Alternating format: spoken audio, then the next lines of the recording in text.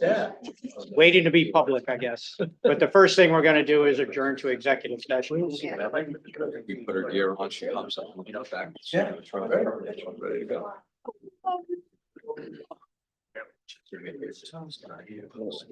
Yeah, there we go.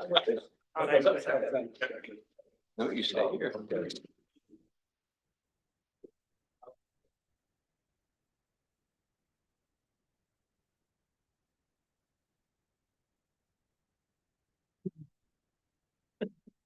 Well, it says, 6 o'clock, executive session. Yeah. Yeah.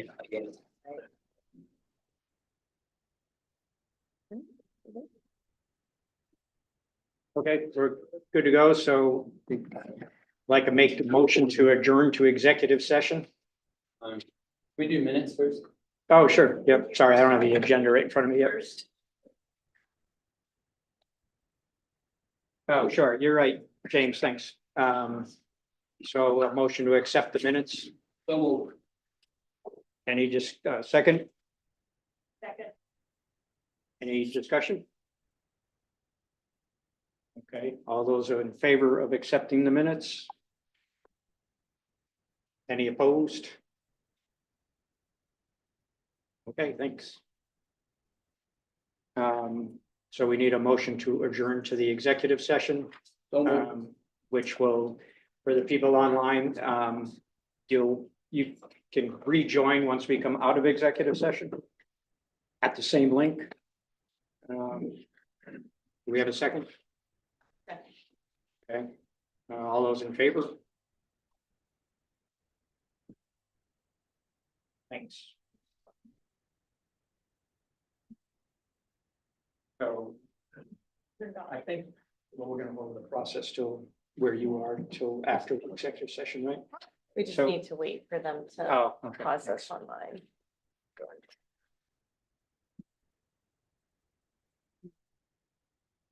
And obviously the topic is from the site selection subcommittee.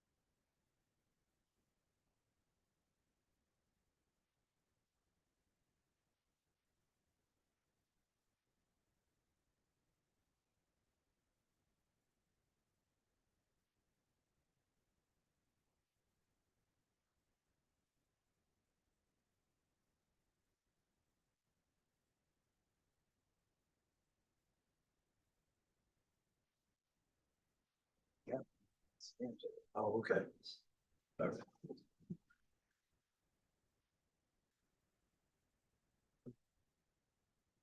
I can fill the void for a minute. Oh, never mind, we're ready to go. I don't think. Were you gonna dance? Because if you were gonna dance, we'll wait. Yeah. It's not on, the light's not on yet, so we're still not. You have time. So, just wanted to let you all know I've decided to pursue the open town council seat that is coming up in June. Mhm. Thanks, but I really wanted to say thank you because if I hadn't been involved with phase one and phase two of this and really have a renewed faith in local government from this process, I never would have even considered it. So I just want to say thanks. Thank you. Yeah, no kidding. I was kind of worried about who was gonna run. There are, well, as I turned mine in, my papers in, there was 5 people had taken papers and I was the third to return. It was due today. So, but that was early afternoon, so the other 2 still could have come in. I think we had 6 take papers out, 3 did return. Okay. We are on air, just so people are aware. You've now publicly announced your candidacy. Yeah.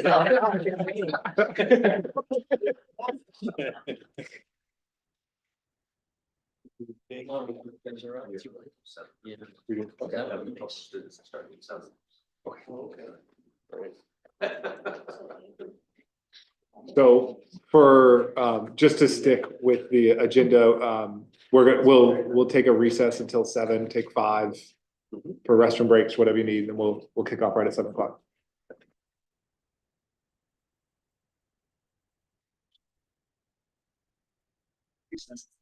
Oh, really? Yeah, yeah. Right? Yeah, of course.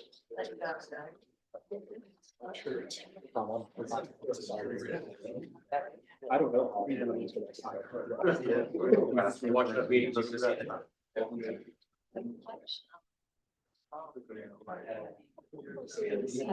Antibiotic.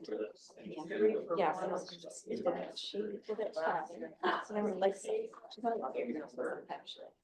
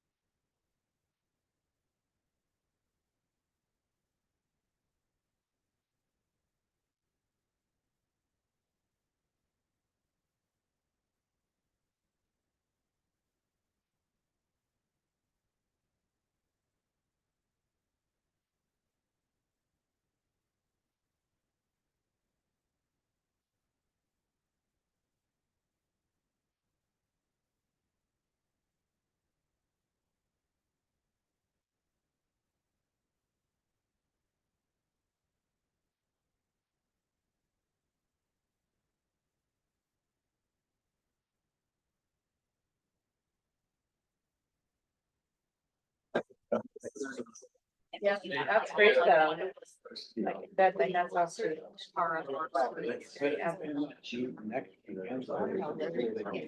Okay. All right, we will come back to order, please. Yeah. All right, so Emily, let me know when you're ready to share and we will jump right in.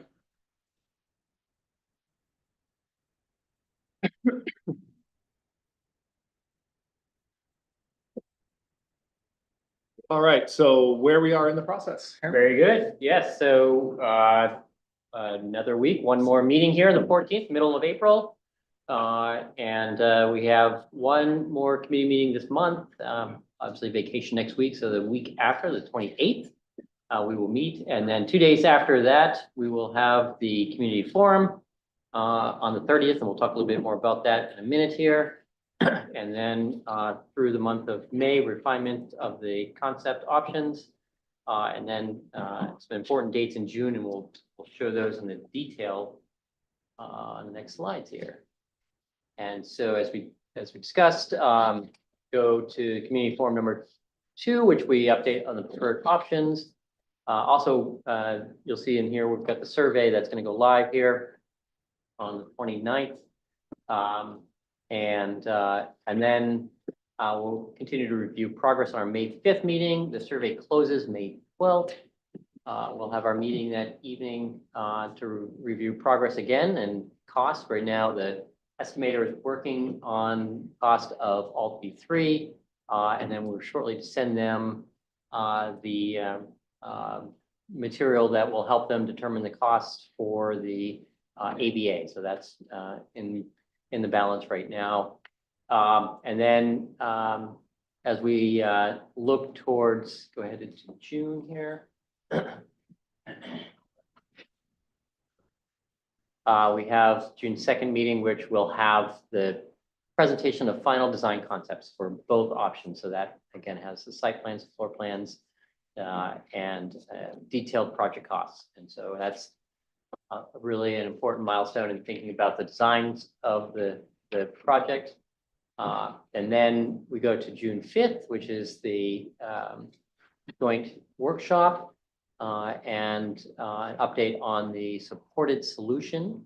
And then June 16th, we've got the vote to reduce to the one supported solution. And then we've talked about that, whether or not we do that joint workshop on the 26th to present that. So that's right now the outline as we march forward here. The next several, I mean, we're down now to about 2.5 months or so here. So really, what started feeling like a pretty tight schedule is indeed, we're moving right along here. So any questions on schedule? I just have one point. The last day of school is actually June 13th, not that it makes a difference Okay. to this committee, Well- but if there's anyone watching online who was like, yes, school ends on June 11th. Yeah. It ends on June 13th, It's those 2 snow days, right? because we did have 2 snow days. All right, good. Thank you. From the BCLT, I did this, I know that last week I had mentioned we will have to choose a middle school option today. Met with Harriman last week and actually they don't need that decision. They are designing and costing both options so that we'll have a little bit more information before we make that vote. I know that there's been a lot of back and forth about the middle school and which options to include, even, the $20 million option we had looked at a while ago, technically is still on the table because I think we just voted for option 1, knowing that we would have a look back at this once we had the full information. And so that's where that is. We'll get pricing and designs for both ways there. On the tax impact and how to communicate, is there a slide on that? Yeah, let's look at that. Mhm. So this is the calculator, the draft calculator that we've looked at and kind of how do we want to distill this into an easily digestible kind of format for folks. and what do we include in the survey versus what we post online. I know that there is some work being done to put an online calculator in that people can put in their personal property values and get more of like a personalized result as far as what the tax impact might be for the different bond amounts.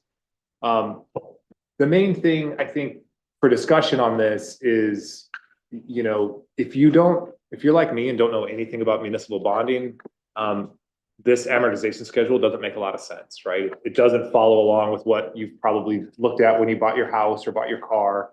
And so it can be confusing. So we just thought, you know, what makes the most sense to, you know, to put out on the survey and then also online. In my opinion is, right, the more transparency, the better, particularly online. I think putting this whole thing there. But on the survey where we're trying to keep it a little bit more short, we were looking at a 5-year snapshot. And I think the real question is which 5 years would we show, right? Because if you pick the last 5 years, it looks like it's only a $70 tax impact, right? And so, so Lisa had done some markups on this chart that you can see there in red. I don't know if you can zoom that in a little bit. Tom told me he actually sent a more recent one. Do you want, just for the purposes of discussion, to stick with this, or do you want me to pull up the more recent one? I think probably the more recent one. Actually. Yeah, I think it'd be better to show the more recent one.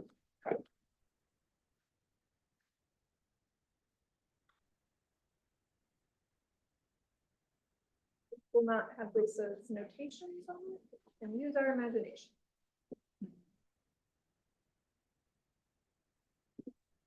So where I think the concern is, and people who have, there's been a handful of folks that have been kind of working on this problem, so don't let me misspeak, but part of the concern is, you know, the overall, over the life of the 30-year bond, the tax impact is under $400. But if you only take the 5-year snapshots, right, and depending on which 5 years, the math wouldn't jive, right? If you just looked at it in the survey and saw that, you go, oh, that's actually, that it's easy to do that math. It's like almost a $550, right?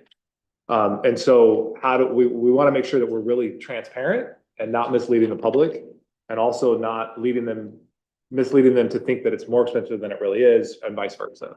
So that's kind of the conundrum that we're in as far as, you know, how we show a snapshot of this. So let me just give a little bit of context. This is intentionally simple, but it's based on a fairly complicated set of calculations behind the scene. But the assumption that we've made here, we're basing it on a project costing 133 million. That's based on the decisions you made to date. This number can be changed and will be changed depending on your decision. We've had to make some assumptions regarding how we'd actually borrow and when we borrow. And so this scenario has us borrowing 25 million in FY26, and then 54 million in FY27 and 54 million in FY28. A project of this size and scale would be bonded over at least 3, if not 4 tranches. So that's important just in terms of when we're incurring that debt. Keep in mind, this model takes into consideration all sorts of background influences. It grows our budget by 5% per year. Operating budget, it assumes $5 million of capital borrowing every year. We tried to simulate and represent what we expect will happen. It does, however, isolate this as kind of the singular large capital investment over 30 years. And there's other conversations. We can add those in if you like, but we thought it was better to kind of strip those other conversations out at this point. And so what you see here, the beige column, it's really hard to see. I can pass out paper copies if that's helpful. Is a column that shows what we expect will happen to your tax rate by way of dollars and change. And I should say, this is all based on a property value at $600,000. That was chosen because the average value in town was $606,000. We think it's easier rather than giving these probations. We can provide some metrics. And to Charlie's point, we do intend to have a dashboard and a calculator that allows a homeowner to actually plug in their home value to the dollar. It'll calculate for their particular situation. But for the purpose of the survey, I think we need to choose a path here. I would recommend we choose the average. So the beige column isolates this school project out. It's what we expect will happen to your tax rates tax dollars and percentage change year over year without the school project. The green column includes the school debt, as I described. And then the final blue column is a number similar to the chart that Charlie showed at the beginning. That represents the actual dollars that you would pay in your tax bill every year toward the school project.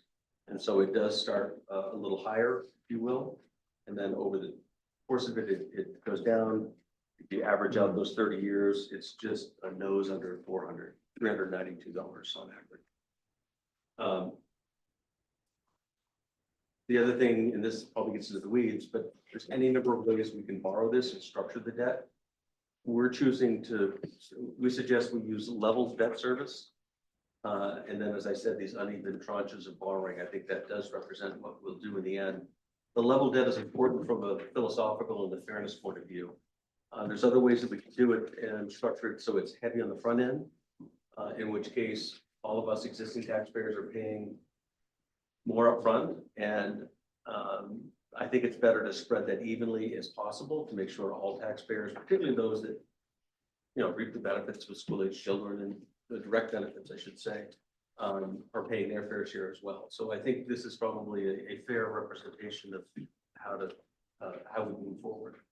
So it really begs the question, how would you rather pose the question to the taxpayer for survey purposes? Is it focusing on the dollars of their tax bill toward this project? Or is it alternatively looking at what percent increase they could expect in their tax bill? And the backside of the sheet, it shows you all the assumptions that are built into a complicated financial model. But it does estimate tax rates over 30 years. It estimates escalation of home values, growth in the community. You can see it all called out here. Can you just describe the top one, each 5-year, 25 evaluation? We are forced to do revaluation to make sure our assessments are fair and balanced. When that happens, there's often a significant, over time, our values often slip to market, if you will. And once we do that formal adjustment, there's often a big jump in overall value as was experienced last year. So built into this, every 5 years, we expect there'll be a kind of reset. Our tax rate will go down, our values will be brought up to more reflective of market. Again, these are all assumptions based in we're crystal balling and looking forward, but we've tried to be conservative across the board. And I think we've got good rationale in justifying the assumptions we've made here. Our model is sophisticated to the point that you can go in at any one of these, change the assumptions to whatever suits your fancy and see what effect it has. I thought with the revaluation, like some people's went up and some went down, but it was like net neutral. So so it's hard for me to figure out how like everything would go up 10%. That's got to be balanced. Well, the total value of town typically in a revaluation will go up. What you pay and what I pay will be balanced out, and I may go up and you may go down. Right. But overall, generally with revaluations, we do them because our values are low compared to what the market says they should be. And so revaluation will rebalance that, and the effect of it is to have a notable bump in the total valuations down. It's a redistribution of who pays what. And there's typically a fairly notable decrease in tax rate. We don't raise an extra dime as a result of it. It's a matter of redistributing who pays what.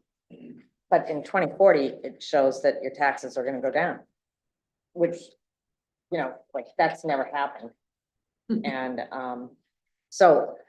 That's really based on this debt being paid off. So our Old debt coming off. and other debt, if you will. It's a great question. There's some anomalies here, and 2040 is one. There's another one further out in 2050.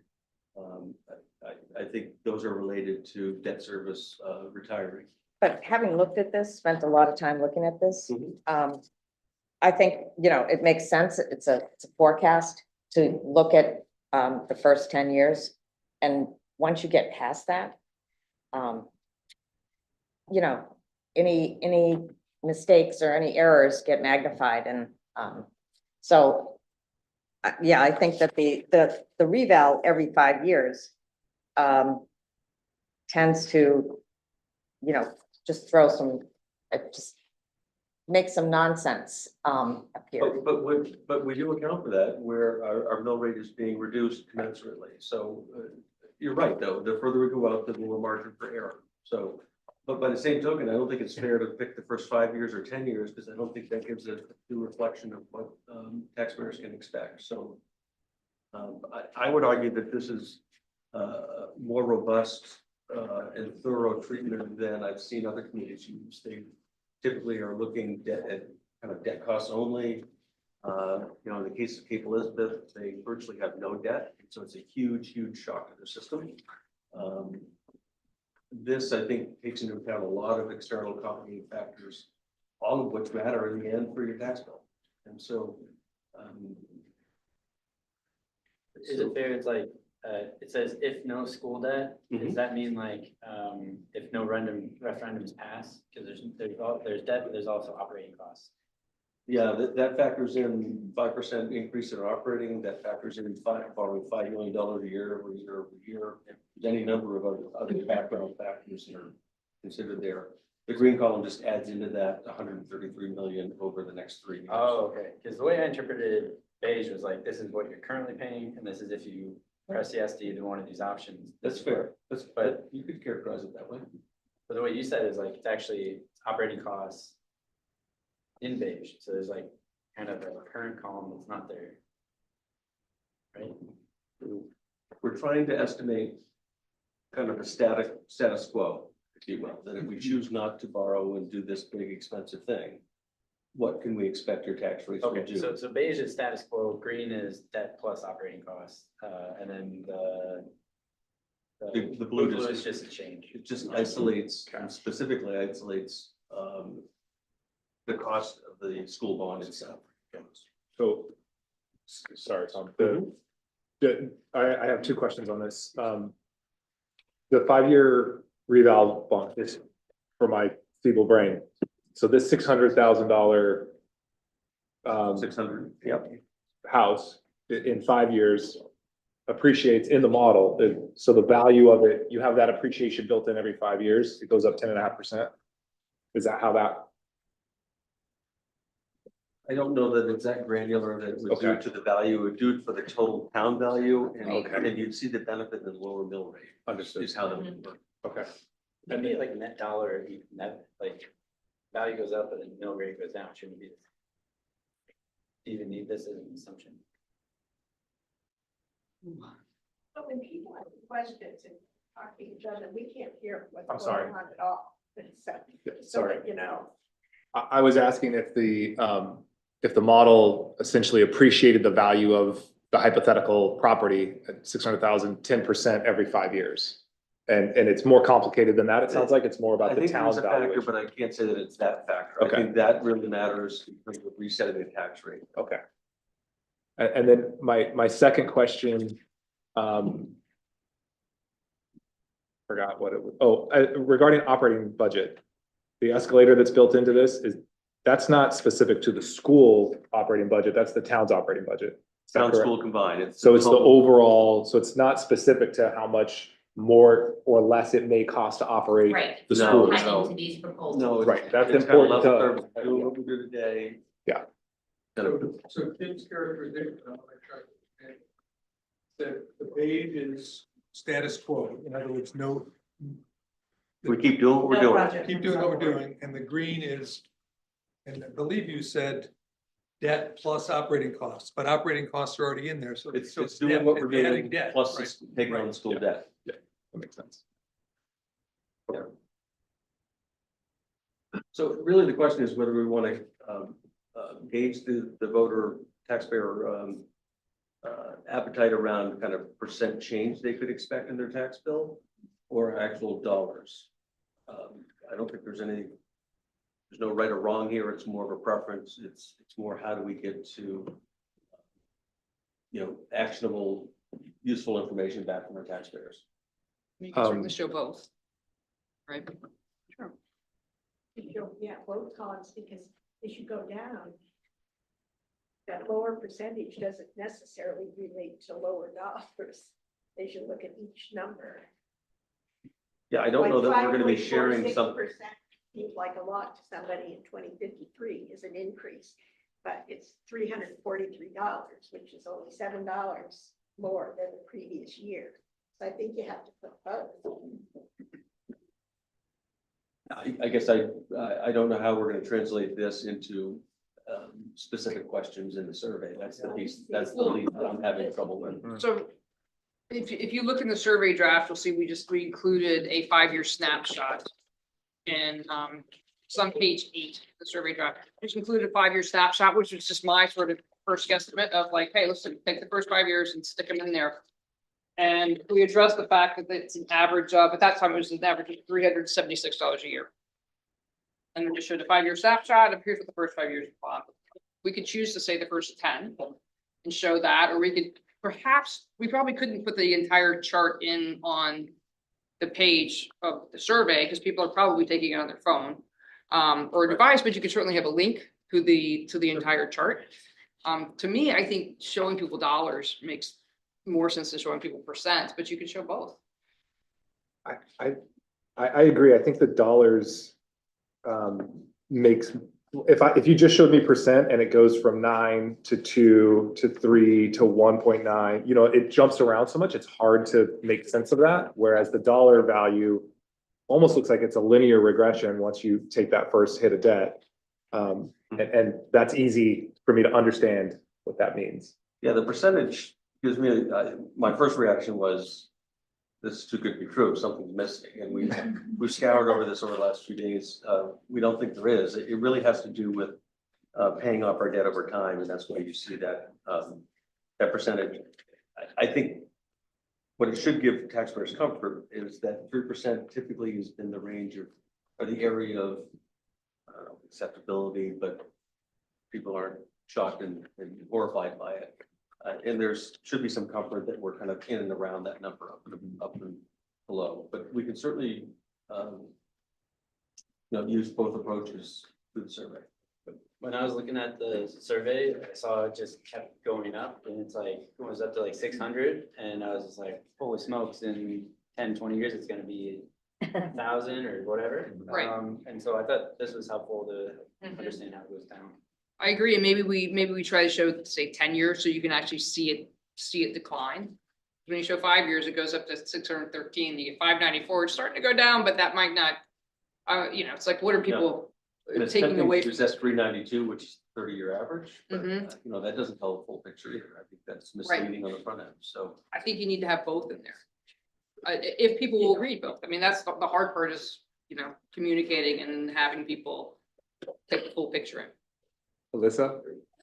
Sorry. And the reason these numbers don't match between the survey and Tom's new handout is that just because old data, new data? Yeah, he So just, before it went out, they would match to Tom's. Yes, I would recommend we use this, because we've perfected the assumption. And the approach yeah, tomorrow. these will need to be up. So I'll share this with really you, like- Elizabeth. Go ahead, Ava. Thank you. Be pretty granular and maybe even silly, but as I'm communicating out to the community, someone that has a house that's assessed at double, say 1.2, would arguably be paying double, whereas someone that has a house assessed at half, 300, would be paying half of set taxes, right? Just Yep. okay, thank you. Yeah, there's different ways to do that. We see the value of using the average, just it's easier. But we can provide a metric that says every increase or decrease of 100,000 is X dollars, so people can actually calculate that. For purposes of a tax calculator, you see it really simple. It'll be a simple dashboard. You plug in your number and it will tell you exactly based on your value what you would see. Would that number, the number that it gives you, be the average or show you like the first 10 years or? I guess you could We decide. got all those options I'm available. just thinking, yeah. Yeah, I was just wondering how helpful it is to actually have 10 years worth of data versus an average of 10 years. I think some would say that it doesn't tell the story that upfront you're paying considerably more than that, a third more or 50% more in the first handful of years. I also appreciate the idea of including a link to the full Mhm. 30 years. Yep. Right? So then that way, we're providing a certain level of information, but we're being transparent about all of the information for those people who are interested in really digging in and learning. For sure. So, just to get us kind of moving forward, I think what I'm hearing is the consensus around a snapshot in the survey of about 5 years. With a link to go to, this full model so people can see what the full example is. I personally, I think the per 100 assessed value makes it easy for people to kind of do a quick back of the napkin math. So. Yeah, James. I mean, I think Elizabeth had the idea, like, what is it in 10 years? What is it in 20 years? Just so that you see how it starts to drop. Oh, yeah. That's a good idea. So adding. You could do, I mean, you could do a 10-year like first 10 years average, next 10 years average, next 10 years average. We maybe look at it a few ways. I mean, we need to sit with the survey company tomorrow, which we're going to do, and they may say you can't put a chart with that many numbers out there because people look at the phones and they're not even gonna be able to take it in. I don't know. So that's gonna determine somewhat what we do, but.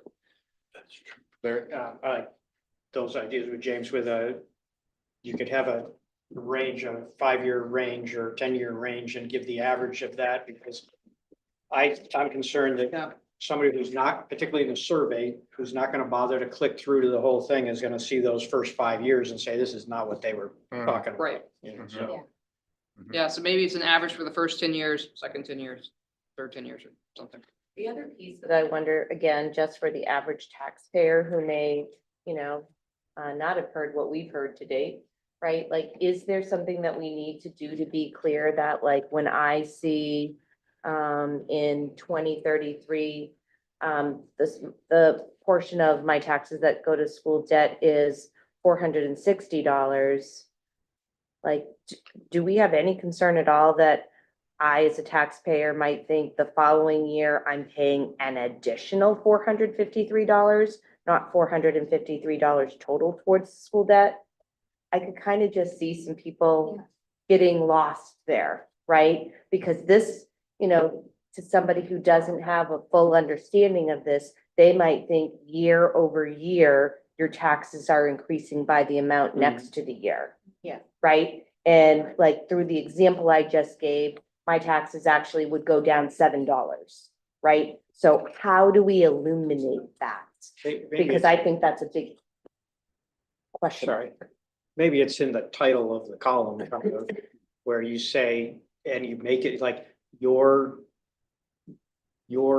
tax amount per year or something, school tax amount per year or something, the way you title it. Total school tax amount. Yeah. Or For your something, contribution, so then it's not cumulative. Right. It's just. Yeah. Yeah, that final column is the dollar amount of your tax bill that Right. goes toward this school debt. right, and I appreciate that and understand that, but Yep. again, for someone who's just picking up a survey and looking at that, I can see some citizens perhaps saying, so I'm gonna pay an extra $436 this year, and next year I'm gonna pay an extra $636, On right? top of. Right, like, previous year. how do we say, like, is there any value in having another column next to that saying plus or minus from previous year? Like up $7 from last year, down $20, up $100.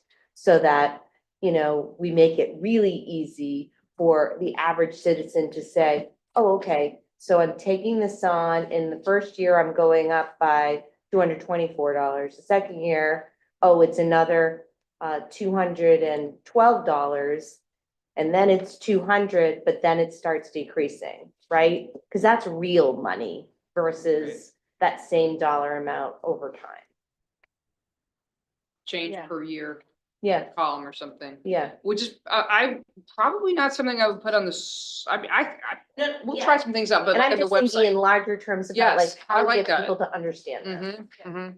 Because I think it, for people who, again, get heartburn about how these things are calculated, it's easy to kind of go awry quickly. Very true. I did notice in Cape last year that one of the narratives was that the numbers were compounded. We had a And- lengthy conversation about this. Yeah. Oh, Yeah, so as much as we can just be completely transparent. Yeah. I mean, it might seem obvious. But I think we've been talking about this.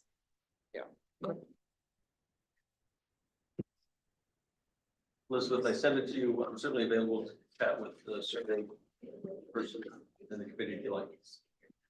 Perfect. We're meeting at noon tomorrow, so we can. Is But you're this, probably not, we can. Tom, is the model up anywhere that, is accessible to the public? Yes, I believe it's, linked on the website. Confirmed. I mean, it used to be. I haven't looked lately. I'll confirm, but the intention is to make it fully available as it was and simplify it frankly for this purpose, is to have that little tax calculator. Right, but I mean, it's very different now than it was the first one that you did. And you can't, the fact that you're only putting out 25 million for the first tranche, and then 54 and 54, and there's no significant jump in the numbers. Well, it's really because we're doing it through level debt service. Our typical method would be level principal. Okay. And that's a matter of philosophy, frankly. I propose that really to make sure that we're spreading the burden across future taxpayers as well, as opposed to us, kind of front loading it. The effective level principal is much higher interest costs up front. All right, you got what you need for the survey? If there's no other comments or questions on this, I'm gonna move on to, Charlie, I got one more. Yep. Been sitting here looking at this and phone calls and emails I've got this weekend. I'm wondering if we should put the 133 as of a date based upon the projected numbers. And the committee is still working on reducing. oh. Yeah, I had also thought like, oh, do we show what it would be if it was $120 million project, $110 million? I think that gets a little too much. I don't think that's necessary, but I feel that we should put something in there as of this date, based upon the projection numbers presented by the consultant. These are what these numbers look like. And the committee will be looking to So, reduce cost. so estimated school cost as of whatever today is, 414 estimates. Yeah, that makes sense. You got that, Elizabeth? Okay, cool. Good suggestion. Thanks, Jim. All right, in the interest of time, I think I was just gonna kind of have a brief discussion about what do we want to get out of our community forum. I think we can, unless anybody has really strong thoughts, I'm happy to table that topic and talk about it. In a smaller group if we need to, as we start preparing for that forum. Any objections to that? Do we have strong feelings about how the forum goes and what we talk about there? In general, the idea is to present the two options and then get feedback from the committee, but. Okay, with that then, I'll turn it over to you, Elizabeth, and talk about the survey. Yep, so we'll do a brief communications update. In the Leader last week, we had a great article covering the process and covering the vote to select 8 corners as a selected school. And we had some great quotes from members of the committee. Drew watched. Did you see your name in there? Alyssa, Charlie, thank you guys. So anyway, great article. He's doing a great job of getting the word out there. The problem is the Leader is not so much getting out there. I cannot tell you how many people I've talked to, young and old, who are just like, now that's not in my mailbox. I don't see it. And Drew did say that they're looking into the online interface and maybe making some changes, and there may end up being some advertising opportunities in there, but we don't know yet. So we're kind of waiting to see. I mean, right now you have to be signed up for it. It is free. And it will come to your mailbox, and then you can click a link and go to the Thursday edition. But it's, it's not easy to find. It's not easy to find, so fingers are crossed, but that does present a real challenge to us in terms of getting the word out about what we're doing. So we need to do everything we can, pull out all the rest of the stops to get the word out. Let's see, so looking ahead, the next two big communication things we have are the forum and the survey, and it's gonna be hard to communicate about those without the leader and without, just a mass reach campaign. We're gonna go social media. We will pay for social media, pay for an advertising campaign to get out there. We'll be looking at, email lists, getting the school newsletters. We'll be piggybacking survey and forum probably on the signs that go out there, but it will be a challenge. Jillian, I don't know if you've got any updates. I know you were talking, some folks are thinking about how to thread the needle on Yeah, I mean, I think we've talked about survey. a number of things, talked about the sandwich boards that you said, any other electronic signs around town. And of course, the loss of leaders are our biggest hurdle. So, we've talked about the possibility of a mailer, but that's very expensive and we don't really have the budget to do that. I think it was $5,000 last time. Yeah. To mail to everybody and not necessarily, some people got it very late, so. I'm still waiting for mine. Yeah, I mean, I don't know if we can even get a number on like how many went out, how compromised that effort was. For me, I feel like getting 5,000 postcards in mailboxes is better than getting 0 in mailboxes. And that if we had the budget, it would be worth doing, because I don't really see how we're going to get the reach that we need to get without it. But it's a matter of trying to find the budget, and I'm not sure where that's going to come from. So maybe we can get creative. Well, 5,000 was for 20,000. 10,000. 10,000. Yeah, So, yeah. but I'm assuming some inefficiency in the process. Like if you paid for a full, a full mailing and, half of them didn't get there, Oh, yeah. but you still have half of them there. So anyway, so that's a frustration and something that we're working through. But shall we get into the survey? I'll take you guys through that. So I sent it out this morning. And obviously this is extremely early stages. This is a very early draft. It's the first draft that we have received from the survey company. So normally I would want to go through a couple rounds of edits before sending it out, but we thought it was really important just to get in front of people, let them see it and give feedback, since they're not going to have a meeting next week. And it's essentially going out in, just a couple of weeks. So I don't know if people have had a chance to look at it. I can talk you through it if you want. What's the green highlight? The green highlight, oh, these are literally, these are just notes. So the first page was just the objectives. So in the draft you're looking at, that's just the objectives that we sent to them as they were crafting the survey. So really, when you turn it over to the next page, page 2 has the written introduction, which I read to you guys last week. We've edited it somewhat.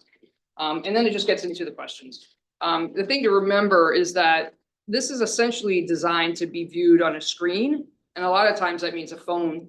So there are going to be some complexities with, say, trying to show large charts and complicated graphics and things like that. And we'll work with the survey company and figure out how we handle that.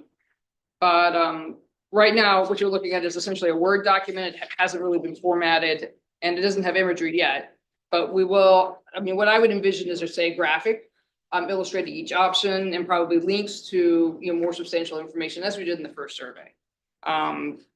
Let's see, the way the survey is set up right now is to present each option at sort of full scale, like the full price option, and they get a benchmark of support. Just to present the option, would you support it? And then ask people to discuss likes and dislikes. And then it moves through the survey and it describes the tax impact and both the project cost and the operating cost for each option. Then it asks the question again, given this information, would you support this at referendum? And what they're looking to do is to gauge whether, sort of more information or understanding the tax impact changes the support for the option. Does it go up or down? And then they get into the scope and they do the same thing with each scope option. But as the comms teams has looked at this, we feel like it gets pretty redundant because they're asking the same question over and over. And so we think there are probably ways to streamline it, maybe, look at both options together, look at the scope options together, and we'll be workshopping that with them tomorrow. But it's also going to depend on just how people can interact with the survey and how we can get the information we need in an online format. So if you want, we can go page by page and sort of talk through it I can just answer questions. So answer, I don't know, I prefer not to answer. Uh-huh. How is that going to be counted as a part of the whole? Because it's always represented in percentages. Is that going to be thrown out, or is that going to be counted as in? Well, they'll give you the percent of people who answered, I don't know. And then they will probably give you a read of taking out the people who said, I don't know. Then they'll give you the read of the people who answered, yes or no, or whatever. Yes. There is a section of the intro that talks about the fact that these are rough order of magnitude. We expect the cost to go down. I think that on the actual pages, anywhere we can, right now it just says projected build cost, anywhere where we can be more clear that this is that rough order of magnitude, and we wouldn't expect, I don't think anyone in here expects them to stay that high. Yep. So I just want to make sure we're clear on that. I love that. Thank you. Add that. If you look at, if you look at page 4, option 1, what we did was break out the costs. Because we want to make it very clear, that we're not talking about $130 million school. Right? And I think that helps tell the story. Definitely. It's good. Yeah. Good. Speaking of costs, I got a question. Yes. So can you just point to me, because I've only started looking at this today. Is there any data here on annual operating costs? Yes. Okay. So the way it's set up right now, the operating costs come in on maybe page, I don't know, keep flipping. There's like option 1, tax A, page 8. Yes. Yeah. So you get to page 8 and they ask about essentially the tax impact, which includes the project cost and the operating costs. So one question that we've had as a group is, can we just put all this information together, just show the full picture of the project? Here's what it is. Yeah. Go ahead. Oh, I didn't mean to cut you off. I was just looking at where it says under the Wentworth School, the current student teacher ratio will increase from 1 to 22 to 1 to 24, et cetera. One kind of addition I might say is that it might be good to add like a max student teacher ratio, because I think Diane, when she was presenting that, had kind of said that we don't necessarily expect year over year to be 24. I mean, we don't currently have 21 to 22 every year as well in every classroom. So might be good to clarify that it's just a max ratio. Got it. So that not 1 an 22 to 124 is the max ratio. Got it. So this is it's a lengthy survey. And I know some of the important data points we got back on the first survey were some of those values-based rankings, health and safety, comfort, et cetera, et cetera. And it almost seems like some of these scope questions are somewhat redundant, where we have that data that expresses the community's opinion on where those things rank. I think when it comes down to it, there's going to be a couple of decision points for people when they go to the ballot box. It's going to be, do they support the format of the solution that we're offering them? And do they support the price point of what we're asking them to borrow? So I think the more you can do to hone in on where the support for each of those decision points falls, whether there's a noticeable fall off if you drop the project cost from 130 to 110 or 110 to 90, I think the more you can do to capture that, I think it gives us a broader idea of where we need to focus our attentions after that. So I think the first survey was definitely a long survey, but I think it was very valuable in terms of giving us more specific data points. I think on this, you may need to go broader and find out where exactly the community support is from a project-based perspective, both in cost and format. Well, I think that's what this is trying to do. So I'm interested in what you do differently or how you feel like this is falling short. So I can add to that. Yeah. So tell me, Mike, if this is what you were thinking, but this kind of triggered my mind real quick. And Mike, I'm sorry if I cut you off, go ahead, but, I mean, pages 13 through the end could potentially be cut if you just, I see Mike nodding his head. Those last Yes. 3 pages, when I first looked at those, I was thinking, oh, shit, this is Right, it goes on. getting it goes on pretty forever. long here. Yes, So what, maybe that's an opportunity for you to start saying, all right, what if this costs 120? What if this costs 110? What if this costs 100? Because does the public, I mean, that's a lot of detail there. Air conditioning, insulation, yeah. it takes a lot of pages to describe all that narrative. So one thing we are looking to do is potentially, well, we're trying to educate people and see like, okay, here's what you could do. Is it really worth $3 million to not put insulation in, you know? And so let people realize what those trade-offs are, but I think you could handle, say, the scope reductions on essentially one page or one question. Just kind of go through them, bang, bang, bang, because they're the same for both options pretty much. And that's what we're gonna be talking to the survey company about tomorrow. I mean, I understand why they organized it like this. They're really trying to give a very clear read for each measure, each possible scope reduction. How will it change the support for this option? And how will it change the support for that option? So they're trying to give us the data, but I'm not sure we really need the data. Is it possible to have footnotes? To have footnotes? Yeah, like at the bottom.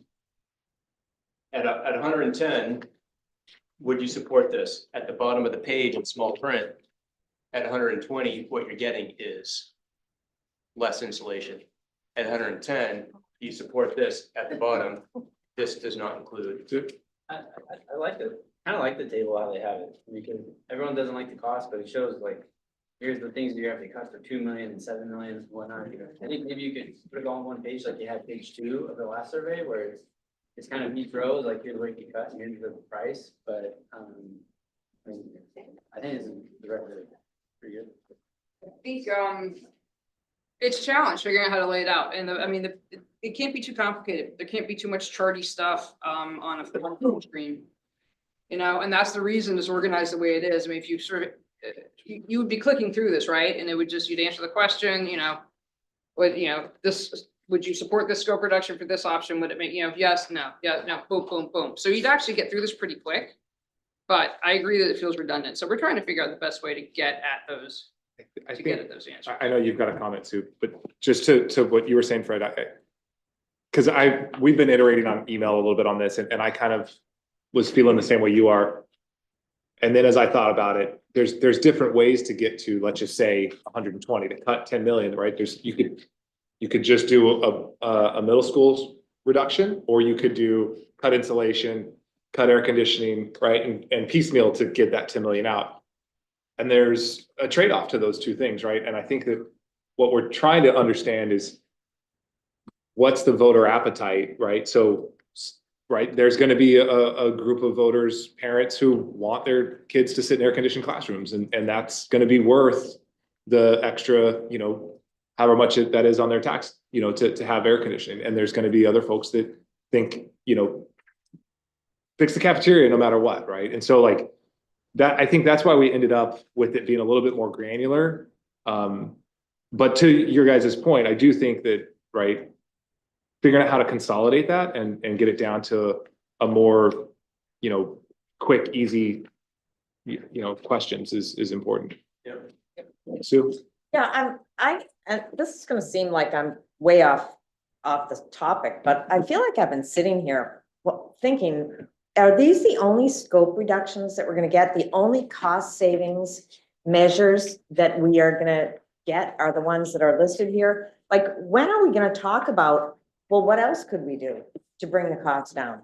And we haven't had that, you know, as you went through the calendar, looking at the weeks ahead, I see, you know, the forum, and then we're gonna be presenting and like, well, so I guess we're going with $130 million project is what it sounds like. That's where we are, because when are we gonna talk about, well, you could, I hate to say this, but you could make this room smaller, or you could, you know, do something. which I don't know, that's not my, I'm not an architect and a school designer, but there must be things we can do to bring the cost down. Yeah, I mean, right now, what we've done is develop the floor plans, the conceptual designs based on what we understand to be the program needs. And we've been very careful about thinking of not making them any bigger or smaller than what they should be. And so, and we've looked for efficiencies in how we do that, what's our ratio of teachers per students in terms of the classroom count. The square foot is really the largest determinant on what the building cost is going to be. There's not much in terms of savings, and we think about, okay, well, we've got a wall that has to have insulation, it's gonna have a cladding to it, we've got a roof that's gonna have insulation and membrane. And so you can make slight modifications. We could take a window that's a metal window or a window that's a fiberglass window, but those trade-offs are actually very, very small given the overall scale of the project itself. And so what we're trying to do is identify those areas that really are scope that you can easily identify that says, okay, this is something that's significant enough to be able to make the reduction. We're going to continue to refine the numbers a small amount as we go through that detailed cost estimate with the estimator. But in some ways, there's not a lot of wiggle room in the ability to change that project cost or the construction cost when we get to that level.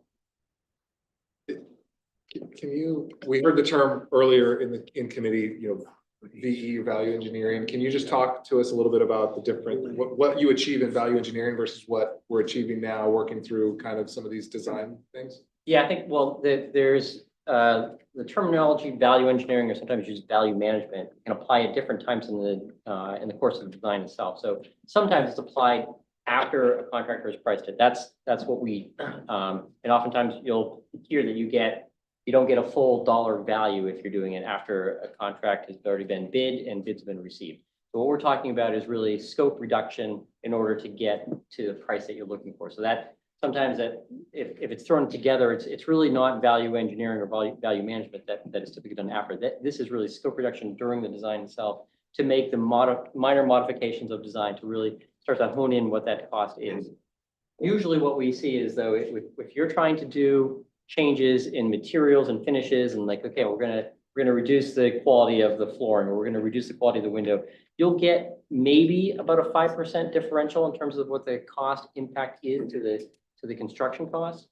Square foot is again what really starts to drive the value that you're going to receive in terms of scope reductions. And so that's why thinking about things at the middle school and whether or not we do full classrooms to accommodate the anticipated growth in population, or we just do it to replace the portables right now. That's really meaningful square footage that we can put a number to.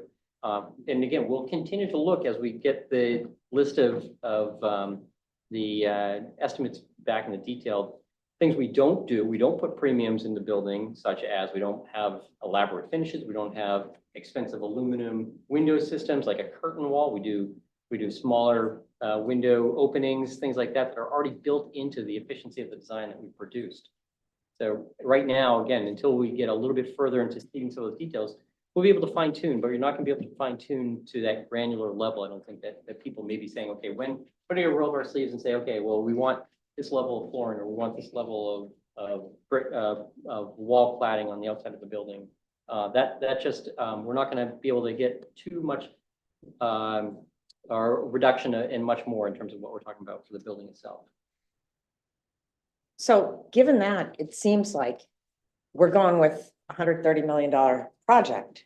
And I mean, maybe we'll shave off 2 or 3 million if we're lucky. But I think that the survey needs to focus especially on what will voters support? What number will the voters support?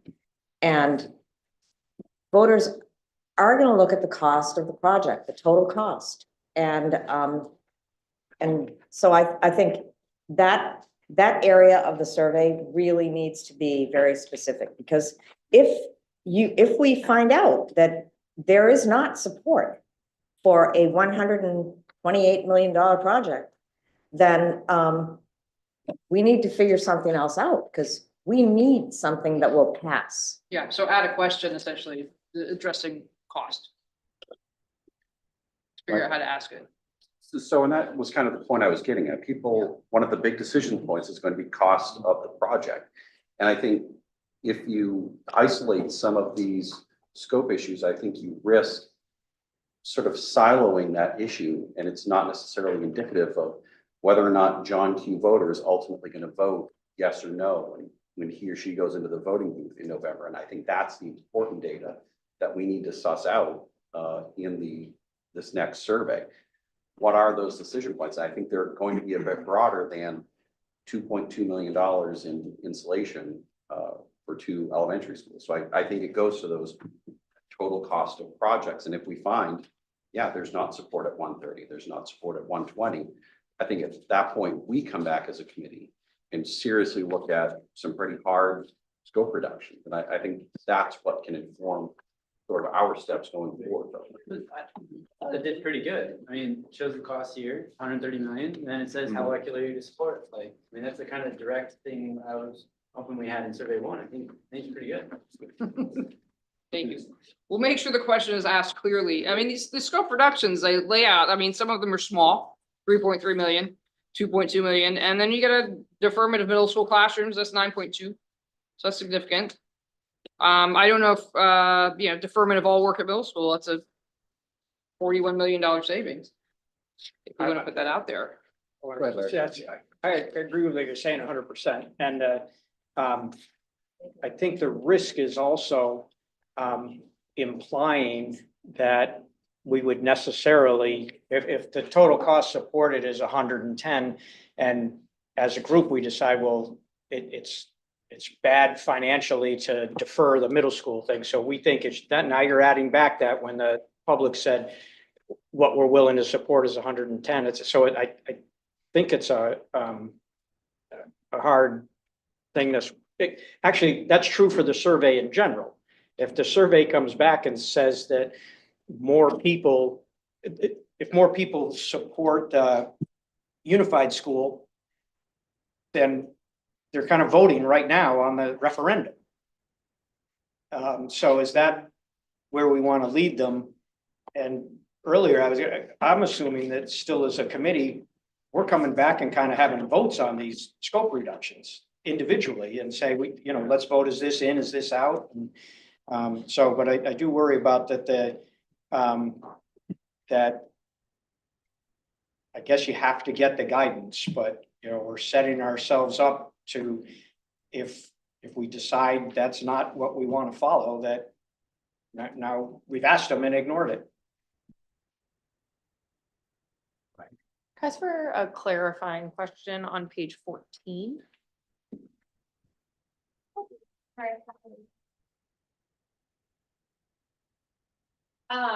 So when it says the deferment of the classroom additions for the accommodating enrollment of the increase, would it still be closing the portables and bringing those classrooms in? So it's just an increase in classroom, it's still removing the 6th grade portable. Yes, this is version 1.2. That's what that is. Okay. Just been trying to be in plain English.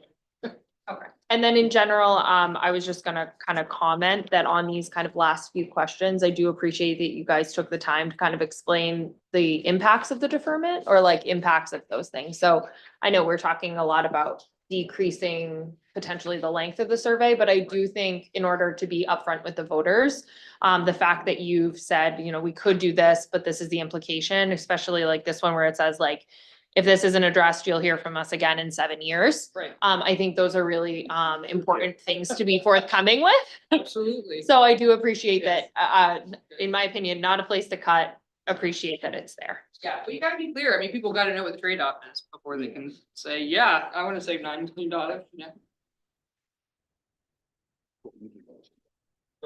Just to add, going back to the cost, I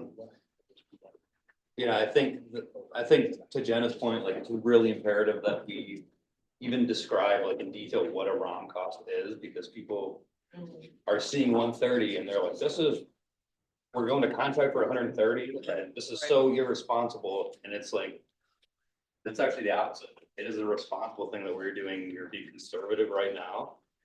And as design progresses, the whole intent of this, of having 10% design contingency, we have, I think there's contingencies for unforeseen soil conditions, right? Like, until we even know what we're pricing, we don't really have like detailed cost reductions to bring to the table. I mean, we could go get geotech at a site and find out it's all ledge. That your foundations are gonna go through the roof, right? So it's like, it's almost like, planning for a vacation, you know, setting a budget for $1,000, you don't even know where you're going. Right?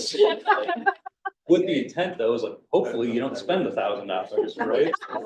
Come in at 700, and it's great. I don't know where you're going for $1,000 now, but. Going to Portland. Yeah, I think it's a really good point though, like, we really need to convey to the community that this number is not set in stone. It is high for a reason, because we are trying to be responsible as a community. And bring that number down. Right, you know, the phrase not to exceed here, is that something we could use here or not? Well, when you pass a referendum, it will be not to exceed, because that's the number you live with, and then you essentially have to work to design to that. But number. it's too early to say that. It's too early at this point. Again, we're still working through the final design itself, but I think ultimately that's what we're trying to determine from the community is what is that not to exceed amount that you need to live within. All right, so great discussion, great feedback. I'm gonna take one more and then we're a half an hour off of our agenda, so I do need to keep us moving.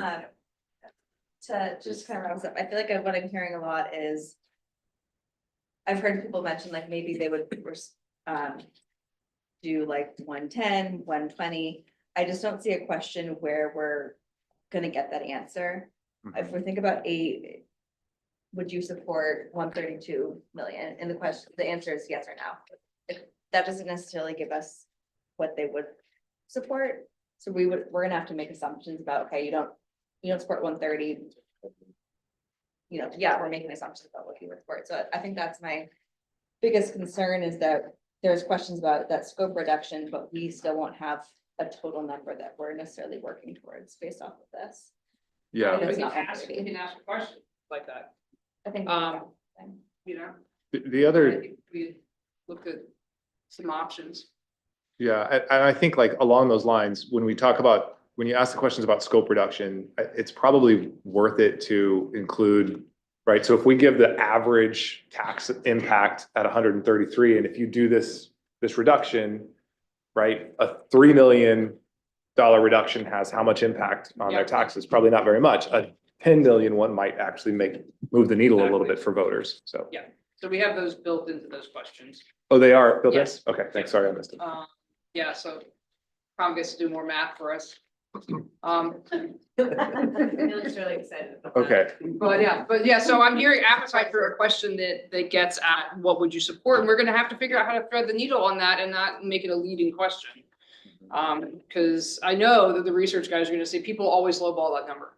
Yeah, well, and what becomes Yeah. difficult about that is, right, like I might say, I would prefer 120 million, but then when you tell me what you decided to cut, I might not agree with you cut in the right place, Yeah. right? the other risk to this, right, is the voters come back and say, we'll accept 70 million. And we can't solve the problem for 70 million, which means right, the message then is, we don't want a school project. That's the risk to this. 110 or anything, it's like, we don't really know how to get there. Yeah. And we are trying to make it so that it's something someone can complete. Closing thoughts, Tom? I was just wondering if Sue was asking, so I'm basically addressing you, I'm thinking of Mark's comments. Is Sue asking if the determinant of the cost really is square footage? When are we gonna say, Diane and school board, how can we reduce the square footage by 10%? What can you do to classrooms, to teachers? Is that the question you're asking? Yeah, I mean, maybe we keep some portables that we really didn't plan on keeping, or, I mean, there's ways. I mean, it's, when you go to buy a house, you have you don't just say, I want 5 bedrooms, and it doesn't matter what the cost is. You start with cost and see what you can get for that money. But you're not I also proposing- start with, I've got 3 kids and I need 4 bedrooms. So I need a house with 4 bedrooms. How do I get there? Right? I mean, two, though, you work with the budget. yeah, but I'm saying there's, right, it's, you gotta take both into consideration, so. All right, I really do need to close this off and move on, so. You have 5 minutes to talk about design, no, I'm just kidding. Go ahead. I just wanted, yeah, well, so very, very quickly, last time we talked about what goes into a soft cost and what goes into the hard cost. And so, soft costs are, and we've kind of listed it, right? So everyone understands construction costs are what you pay the contractor, so all the site development and the building itself. And then soft costs are the furniture, fixtures and equipment. Sometimes we say if you shook the building upside down, that's the stuff that doesn't, it's not attached to the building itself. Technology, and so if there's additional computers and network components, that all is part of the technology expense, or even instructional technology is included in that as well. Insurance, there's insurance that's either required by the contractor, sometimes there's also insurance required by the owner for the project itself. Legal expenses, whether you have contracts reviewed by an attorney or other aspects to it. And so you'll have that. They'll also review some of the bonding issues associated with the project itself. The architects and the engineers fees, the permitting fees to get it permitted through the town, through the state. And so some of that is, and I know we talked last time about, there are some permit fees that are the contractor, we ask them to pull a building permit, but then there are environmental permit fees that are paid outside of the contractor itself. And so there's that is the way it is. There's some permit fees in the building and some that are part of the soft cost. The survey and testing fees. So we've already talked about some of the testing that we're doing for vernal pools and other things. We'll do geotechnical, talk about the cost for geotechnical exploration and testing. And then there's traffic as well. And then clerk of the works is a representative that's on site during the construction and monitors construction daily. So that's a personnel cost for that. Commissioning, which is reviewing building systems and making sure that they are fine-tuned before the building goes online. And so they work with Todd and his crew to make sure that they are trained in how to use them, that they're fine-tuned for the operation of the building. And then we've got contingencies that are again, when we go ready to get a price from a contractor, and we receive a price, the building itself, the construction isn't going to carry any contingency. The contractor will say, here's the price I'm going to charge you to build this, but there are still contingencies that are carried on the project itself. And so one is the bid contingency. So we have just a pot of money, and the bid contingency is used to anticipate any fluctuations in the market that occur to be able to award the project itself. And so sometimes it's separated from the total pot of contingencies and just carried as a bid contingency. And then it's typically at about a 5%.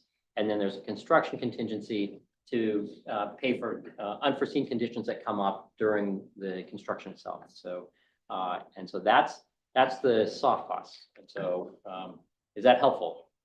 And again, that was a conversation that we had last time. And as a total, that's running like 25%. Correct. That column of soft costs is around the 25%. That's right, of the total project cost.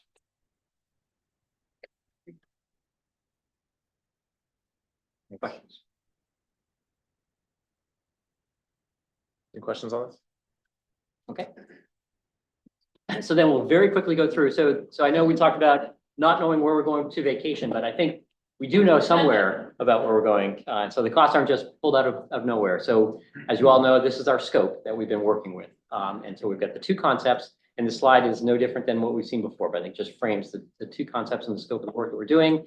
This is the table, and what's highlighted here on this table is as we refine the footprints, we're updating that number. So it goes from being theoretical to being truth tested in developing a floor plan itself.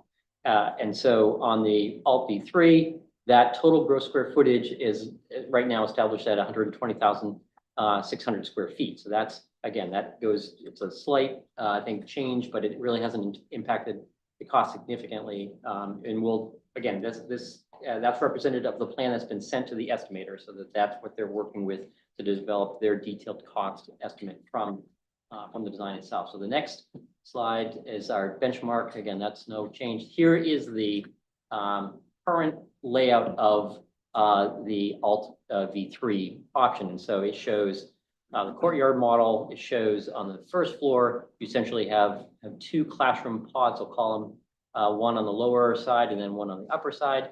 And then on the right-hand side, you have gym and an auxiliary gym in the green. You've got the administration in the orange or at the entrance area. You've got the cafeteria and kitchen on the right-hand side as you enter into the building. You have a stage between the gym and the cafeteria. So can be used. Sometimes we'll look at options where you actually have the opportunity to use the stage on both sides. Sometimes there are compromises in that and you only want it on one side.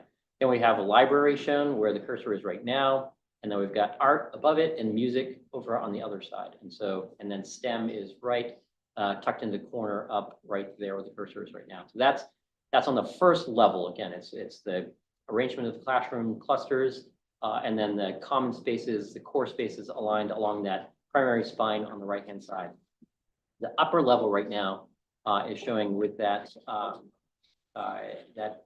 one pod that goes up above first floor. And think about K through 2 school, you really are restricted in terms of the grades that can go up there. So the second grade can go up on the upper level, but K and 1 are not allowed to use the same stair as upper of the older students. And so there's good reason why we separate the students the way we have as well. Pause. I'm sorry, what did you, the upstairs is all second? Is that what you just? Correct, yeah. Okay, So thank we, you. yeah. And to do it other than that, you would have to Double. add another set of stairs Correct. because of fire code. Exactly. The concern of older students overtaking younger Mhm. students as they're trying to exit. Sure. And the lower, have you kind of split it in half where it's a K1, KK1 mix or one kind of? What we try to do is build it flexibly so that you have an option where you could do a K and a 1 in one pod and same thing on the other, or you could segregate it by grade as well. So just trying to build maximum flexibility. Well, these ones all, you can see where we've got the toilet rooms and they're clustered. The toilet rooms are in each of the little gray squares of the toilet rooms in each of the classroom pods or the classrooms themselves. And they're about 70 square feet for each of those. And so, so you could put K, you can see the larger ones are shown right in the center, right here. So you could put all K there and you could have one split, or you could split it as like I said, the K on one side and 1 on the other too. Did the other designs have 2 gyms? Why do we have an auxiliary gym? This was, again, we're talking about 842 students. And so when you get to that large of a population, the challenge of trying to do all of the Okay, so it's needed for programming. PE, correct, is Okay. you would clearly find that you don't have enough space to actually hold a number of. Yeah, it makes total sense. I just didn't remember seeing it. As that goes to the public, I mean, it sounds silly, but from semantics, does that, maybe it should be gym 1, gym 2 or something, because it sounds like it's not necessary. Oh, yeah. Well, I got a question. Wentworth only has one gym, right? It's No. an oversized gym. Oh, is it? Okay. Right, full Yeah, so it's a standard full size versus these are just the elementary. elementary. Okay. Which would be Wentworth much can host smaller. varsity basketball games. Yeah. You could not hold Wentworth that in does a this. lot In of fact, yeah, if you look at the size of the cafeteria, the gym with the bleachers shown is approximately the same size as the cafeteria. Mhm. Is there a cooking kitchen in here? Yes, there is. On that far right-hand volume is the full cooking kitchen. Thank Mhm. you. Yeah.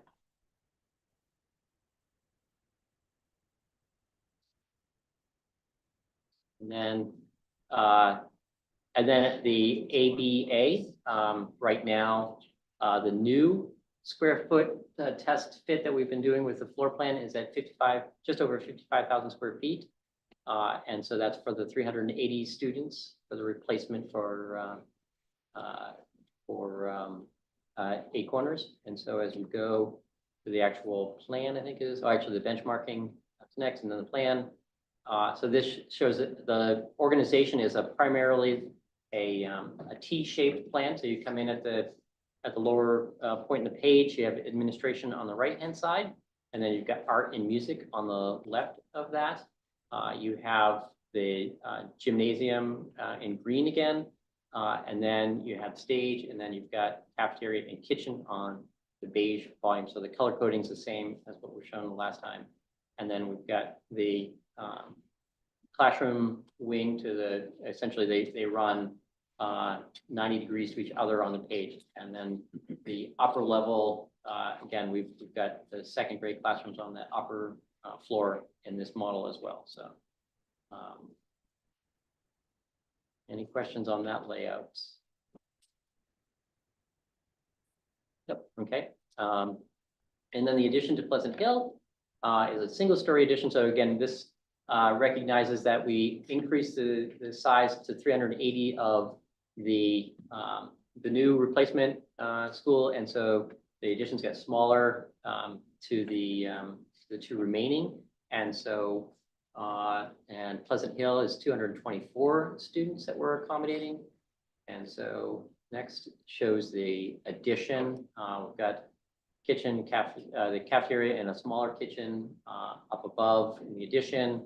And then we have essentially the primary spine of the building goes right up through and services the other special education spaces. And then we've got, yeah, can you get it? Sure, Emily, if you want to just zoom into that. There we go. So you can see the K, which are now sized for the 1,000 square feet. And then we've got art and music, which now have spaces, and then we have the, like I said, special services, special education program spaces, and the cafeteria and the kitchen. So that's, and then I think the next slide just shows the hatching. So the dense hatching is actually the lighter amount of renovation, and then there's some area that's the major renovation is the lighter hatching. It's a little hard to read on this one, but you should be able to see it in the slide deck that was sent to everyone.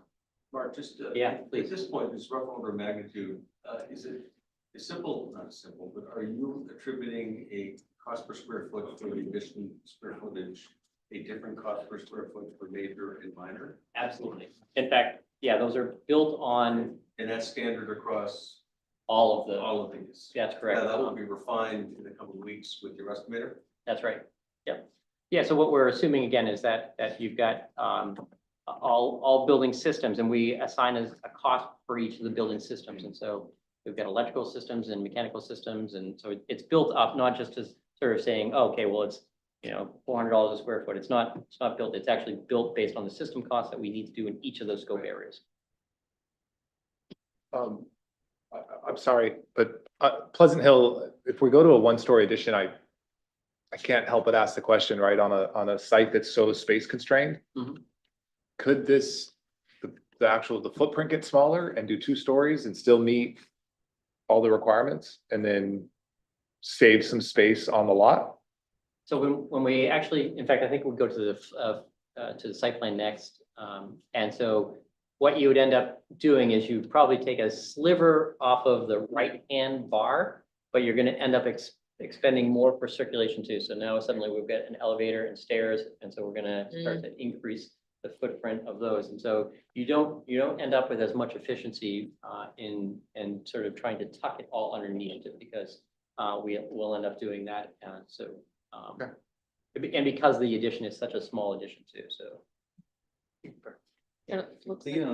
The corridor, is that just for code fire separation, or is there a design where you eliminate that and we tie into the existing building, or is that for daylighting purposes? Yeah, mostly for daylight. So we want access natural light into the learning spaces, and so you've got them on.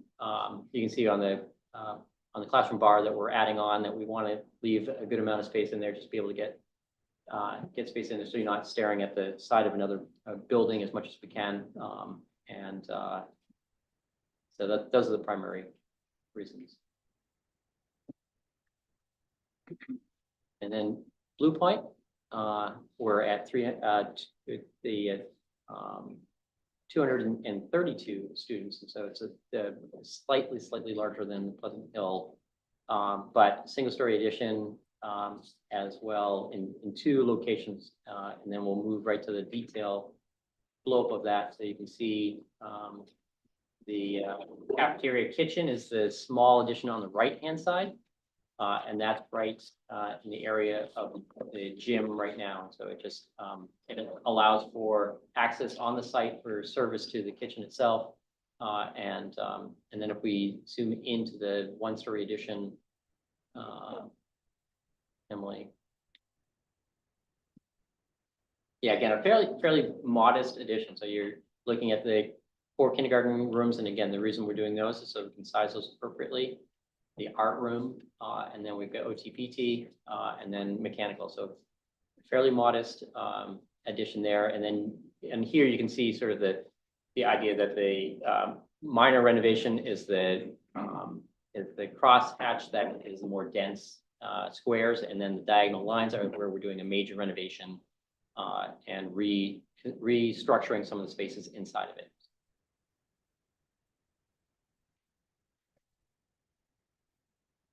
And then Wentworth, as we've talked, pretty minor addition of 3 classrooms on 1 story.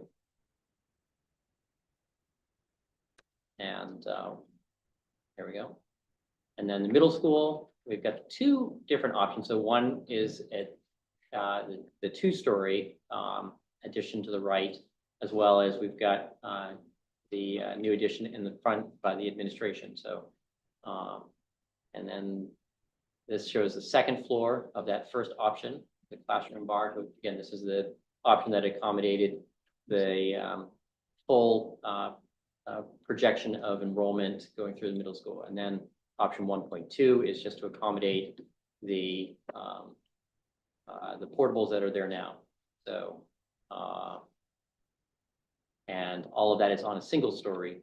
We've got art, music, and then the classroom bar on the right-hand side, with the potential for expansion in the future. So we've shown on that first plan a dashed outline of where you can expand. Or to your point earlier, with Charlie's question about putting a 2nd floor on Pleasant Hill, and it would be substantially more expensive, but here you're taking a 2nd floor off, and it was a $9 million savings, I think, right? Again, most of that's built on the savings is the square footage, that we're reducing the number of classrooms substantially. That's where our savings is really generated. Is that, does that get to the point? Yeah, but like the elevator and stairs and all that, you're counting in that square footage. I mean, is the savings, I'm just going by what you Yeah, cited for Pleasant Hill kind of is. Correct. So on this one, because of the constraints of the site, you couldn't add the additional, we wouldn't be able to get the number of classrooms on a single story addition. It just gets on a single story addition. Right, It sprawls out too far. Yeah, I'm talking about the difference between the 2 options is that what I was getting to, I was hoping it was a bigger dollar difference to not do the 2nd story, than. No, we've accounted for the fact that reduction includes the not needing stairs and not needing the elevator. That 9.2 already has that in it. Mark, could you just remind us, or remind me, I guess, the need for the minor and major renovation of the middle school? Yeah, at the middle school itself.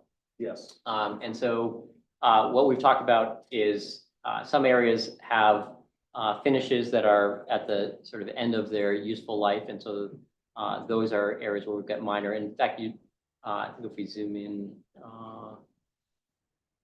and then we've got mechanical systems that are more of a major renovation, but you can see here that the majority of this are the squares, the crosshatch, the minor renovations. So they're not the real intensive reconfiguration of spaces or That's sorts of things like carpet replacement. correct. Yeah. And then we've talked at that time to whether or not that stuff can get. Right, we've Yeah. talked about whether we could move some of those into CIP, Right. right? So that would be another potential source of overall savings. Right. On our bottom line. Yeah. Mark, Yeah. on the additions for middle school and the elementary schools, I'm presuming those mechanical spaces are for mechanical systems for just that wing. In other words, you're not going to try to extend the existing mechanical systems, the heat, whatever those. That's correct, exactly. So those new mechanical rooms are primarily what we try to do is put the air handling units into the wings themselves. And so the ventilation systems, the heating and cooling, we either look at the capacity of your heating plant to be able to support an expansion, and then that can be carried with that. And then cooling is most likely going to be through some type of refrigerant or heat pump system. Yeah, but these are intended for the ventilation air handling units. Yeah, so, and Jeff's very familiar with the systems that exist, so he knows what can and. When can and cannot, yeah, exactly. So, Yeah, exactly. So I wonder, in preparing for the ultimate scope reduction discussions, are you able to provide a cost for the minor reservation? Yes, reservations? yeah, we So can provide that breakout. I have no idea what order of magnitude that is. Yeah, and we're carrying a different, we've got those scaled to the amount of scope that we intend for each of those, so we can provide that breakout. Yeah. What is the number? Go ahead. Sorry, what is the difference in classrooms? Or how many classrooms are being cut out between 1 and 1.2? I was trying to count. 10. 10? All right. So currently we've accepted the installation upgrades as well as the mechanical upgrades. In the numbers, when I'm thinking mechanical upgrades, I guess I don't know what the systems are in there currently, but that's a very invasive potentially scope of work.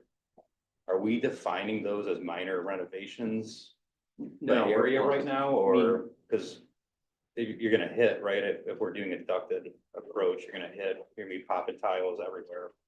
Yeah, where we've identified that we're gonna be actually putting all new ventilation systems into the buildings themselves, we've identified that as it's not minor renovation. I think we carried it as a separate number for just the mechanical upgrade itself in the detailed cost estimates that we've done. So, Okay, and then just look at the similar question with the insulation. What, do we know what the approach was, the estimator for what, when we're talking insulation upgrades, what assemblies are being upgraded? yeah, so we looked at in places where most likely it's taking and building the insulation on the interior side of the wall, just because the exterior side gets pretty involved in terms of removing brick in a lot of these buildings and trying to put a new cladding and insulation on the outside. So it's removing casework against the outside wall, adding insulation on the from the interior side of it to build up that.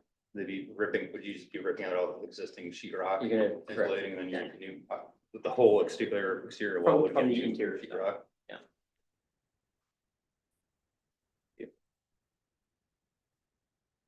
Next questions, scope. And that, I think, is the design update. Thank you. Quickly, any other topics for discussion? Go ahead. I'd like to move to modify the designs for the neighborhood school to better integrate them with the neighborhood that they're surrounding. You're introducing a motion. Yeah. Okay. For a second? Second. So could you repeat it so we can hear it over there? Yeah, move to modify the designs for the neighborhood school option for Blue Point and Pleasant Hill, so that they're better integrated into the surrounding neighborhood. You're gonna, okay, so that's the motion. There's been a second. Open it up for discussion. Larry?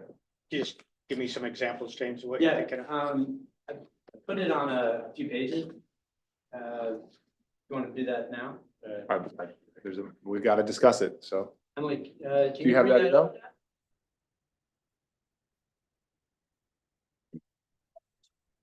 So I think it starts with what Sue always said, we need to prioritize the priorities. And one of the things that, in my opinion, are kind of nice to have is the amount of parking that we're adding.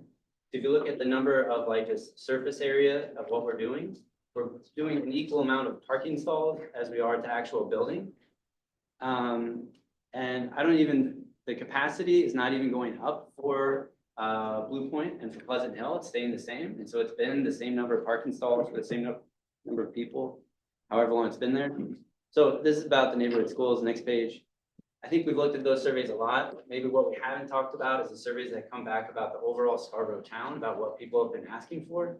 It's for more sidewalks and bikeways. And people want to not have to be in traffic so much. They want to be able to go to places that are around them that they can walk and bike to. So if we go to the next page, B and C for Blue Point, they're getting rid of the playground on the top area, which is like one of the few places you can go that doesn't have mosquitoes during the summer. And they're putting 18 parking spots and a new bus loop. Next page. We talked about it last time, Pleasant Hill, they're basically taking over all the playgrounds, putting, 38 parking spaces, and then they're taking all the trees in the back and converting that to a very small playground. Next page. Actually, in Scarborough for the past 10 years, one of the top things that they've done is implemented complete streets, which is making sure that it's not just busy roadways, but actually you have bike lanes, and then street parking is really an important part of that because it sets up a boundary between the high-speed traffic and the pedestrian walkways. And it's like a very efficient way to allow people to get to places without having to walk across a very long parking. Next page. So in the transportation assessment that was done last year, there was high priority put on both Highland Ave and Pine Point Road, where they're going to be putting in bike lanes there. And so there is already going to be renovation happening. The question is, why not just have street parking there available so that you don't have to take out all these playgrounds? Next page. So basically, there's already enough space on Pine Point where people for pickup and drop off are already using that as like basically effectively street parking. So it's basically setting aside that and making that more permanent as they're doing the bike lane. And then it's also removing the changes to the bus loop and the parking stalls because they're basically going to be tearing up that entire parking lot and replacing it. And I think we could probably save, I don't know how much that costs, but it's going to be pretty expensive. And then we also get to keep that hardscape playground on the top. On the right is Pleasant Hill. You basically already going to have that set up for a bike lane. You can have that place that's along Highland Ave set up for 38 stalls for a vehicle for street parking. And I think also what's interesting is there's a space between lots on Powderhorn Ave in the back where it's just townland connecting to that corner of the lot to that road. So instead of people who want to live in that neighborhood, who maybe want to walk and bike to school, having to go all the way up to Highland Ave, which doesn't have a really easy way to actually get to the school, they can actually connect into the school through this path. And that's going to connect to basically that playground that they're saying that they could have in the backyard, or in the back of the school. So I think this is an opportunity to probably save, in my opinion, it's probably going to be a couple $1 million. And it's actually going to give people what they want. So I think it's actually what I think would be a great option for us. So that's it. Alyssa? I don't know if this is a Tom question, but is this like town council purview Sure, absolutely. more than SBAC and BOE? Yeah, I mean, it would, I suppose it could be integrated as part of a school project. If that its purpose serves the need of the school, I think it probably should be part of the project cost. Can, Tom, can you just verify for us, if you know off the top of your head, that Highland and Pine Point are both town roads, or are those, like, do you know the jurisdiction on those roads? It depends on which section. I honestly don't know whether it's in or out of the urban compact at those locations, but I don't think that would be a limiting factor. We could, if it's not ours, we could work with the state to gain access there. But certainly a lot more study would have to be done. What James is saying is correct.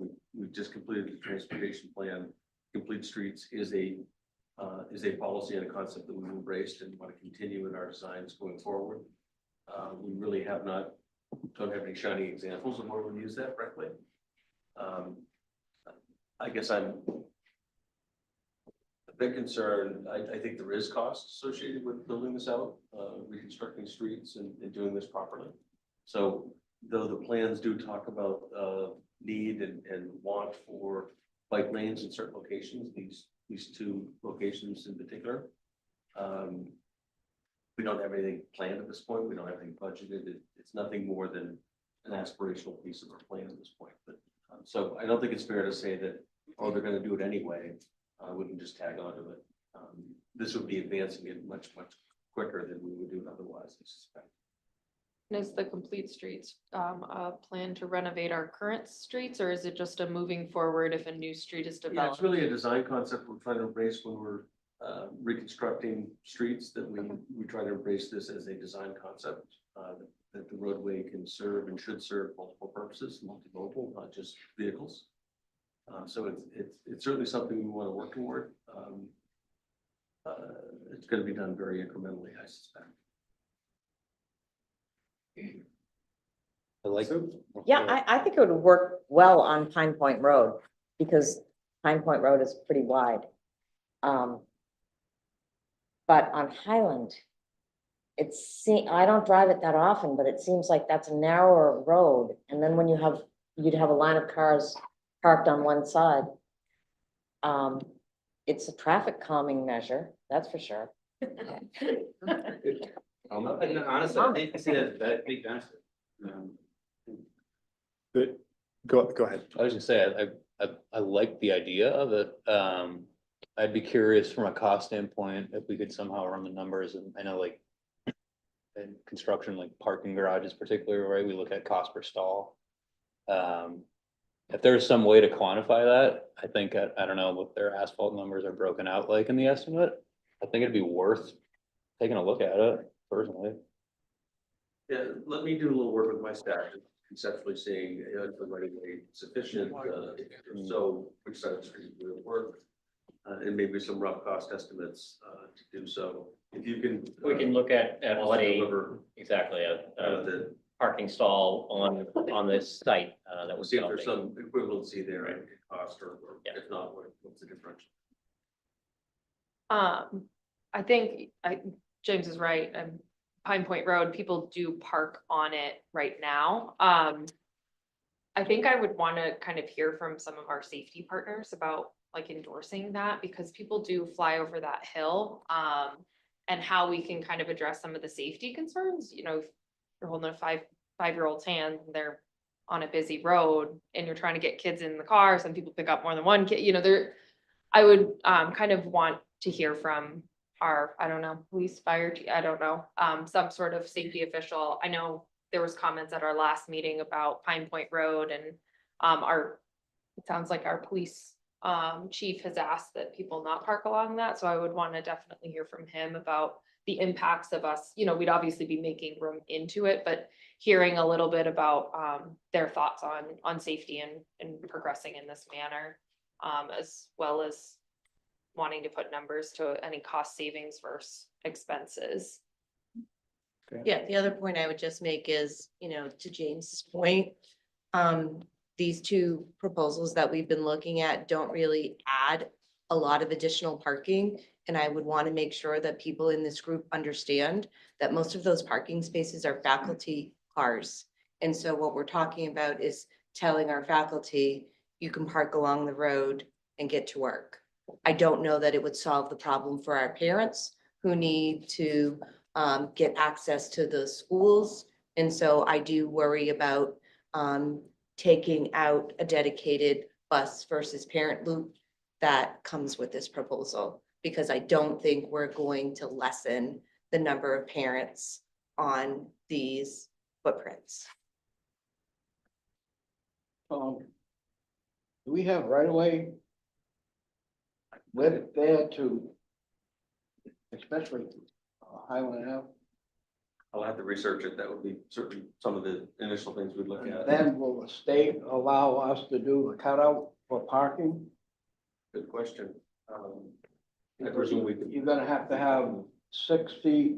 Then what are the bike lanes now? 4 foot Plus a sidewalk, because if you're parking on the street. plus you gotta sidewalk, walk. right? Right. Yeah. Without having to take people's property. Right. Even if we don't take people's property, even working within the right of way can be invasive, and property owners don't always like that encroachment in the front yard. So I know. I guess I would ask James, is the suggestion for monetary, for cost savings purposes, or for preserving more room on the site for green space or tree saves, or embracing a design concept that you think is is preferable, or all of the above? I'd say all the above. I'd say, traffic calming, more space, or green area for people to integrate. And then, three, I think it just improves, like transportation, so that you literally from this neighborhood, you don't have to drive all the way around to go to the school that's right there. So it strikes me, what I'm hearing is that it's not necessarily gonna change the designs that we're kind of working with. It's really a design element, and I think it would. I mean, we just went through all the designs for in the building. This is actually pretty extensive design that we have outside the building that I think we should talk about. fair enough, we can look at the cost of that, but in terms of building footprint and additions and such. Yeah, the first pass, the bus queue needs to be certain size, so we're not gonna reduce the bus queue, I don't think by. I mean, these buildings are not changing their capacity, and they've been in use for, how many decades? And so, I don't see among our priorities why these changes need to be made. Well, they haven't increased their capacities, just in portables. Okay, but the portable has been there for how long? Todd? 20 years plus, Not all. and then some are new. Just some initial thoughts off the top of my head on, right? Paving is very, very expensive and it goes up every year with the cost of oil.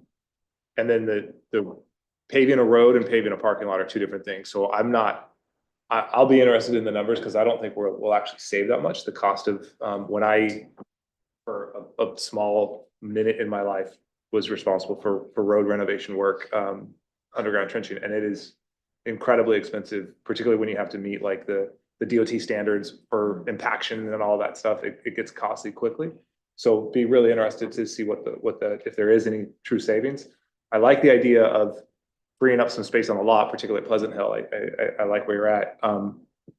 I don't like the idea of 4-year-olds, 5-year-olds walking down Highland and Pleasant Point to get to school without some sort of buffer, right? So I think I would only support it if there was room for the sidewalk. I think that's a critical piece, so. Todd? And I just add one word, winter. The way it works now, we, the school department, control the condition of parking lots, sidewalks, fire lanes, everything on campus. That idea would put it on Public Works, and they're already extremely challenged to keep parking spaces on the side of the road clear for people to park. And so we would relinquish that control, and we have a pretty fastidious crew right now that does I think, a pretty good job keeping everything really quite clear in the winter after storms. And I don't know how Public Works would have to add or modify their crews to address clearing roadways differently for parking. It seems as though we're not ready to vote on this tonight. So you want to make a motion to? Make a motion to table. Second. Non-debatable. Motion to table to the 28th. I think we should, is that realistic to have Yeah, some yes. feedback by then? Yes, I can't promise. but- Okay, I'll put it on the agenda for the 28th. That's good. All in favor of tabling this motion? All opposed? Motion passes. All right, I just want to check, do we need to vote to have Harriman investigate the costs and everything, or you guys are good with it? Okay, anything else for discussion? Sue? Yeah, I sent out an email to everybody about the possibility of splitting the referendum question. So that we know that the K2 project is more urgent. If it fails, we'll really be scrambling. And as much as everyone, including me, I had a kid who graduated in 2011 and spent all 3 years in the portables. We all want to do it, but if that prevents the K2 project from passing, then I think it's more important to have the K2 pass. And so who knows? It's something I had just been thinking about. And I don't know what the right number is, whether it's 40 million or 30 or 20 or 0 for that project. So, as your charge, you know, the solution we've asked for is a K-8 solution. As the BOE members, we have not, kind of put a priority on whether the primary or the middle school carries more value or more importance or more urgence.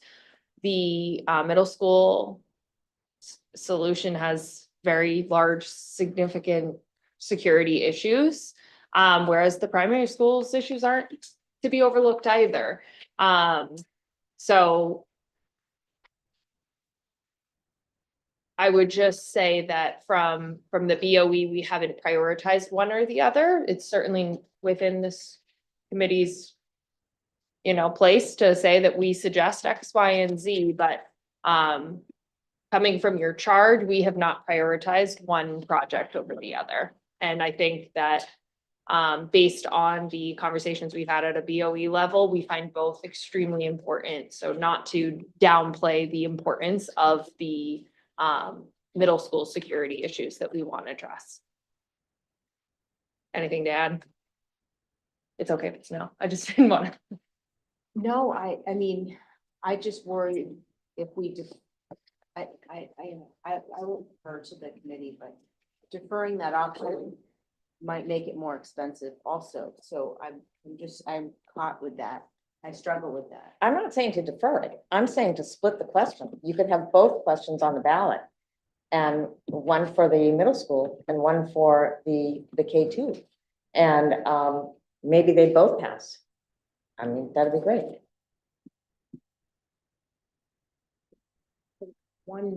The other option is they reject the grammar schools. Pass the middle school. I'm sorry, Jim, say that again?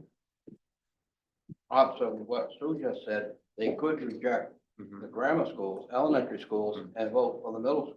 Right. And then we. It's a risk. It's a risk. Tom? What is the requirement at this stage? I mean, we don't have to decide now to do it. We need to develop costs for both. We're working to reduce costs for both. I mean, can it be split? That's not a question for us. That's a question for the council, I would assume. Ultimately, the council will make that decision. If this committee has an opinion on the matter, that could be helpful. I'm just trying to understand what action is needed now. The answer, I don't think you need an answer now. I think Sue's No. planted the seed, and I think that is potentially part of the consideration in the final analysis. Do we just look at those options when you're saying 40, 30, 20? Is that just part of the scope reduction votes and discussions that, you know, maybe there's a middle ground in there between doing it or deferment or whatever it might be, but that we take that up at the same time, because then we're going to look at the whole picture. If there are more things identified, we'd look at the whole picture and maybe we get to a cost that we think is palatable that still includes part of the middle school. Or all of it.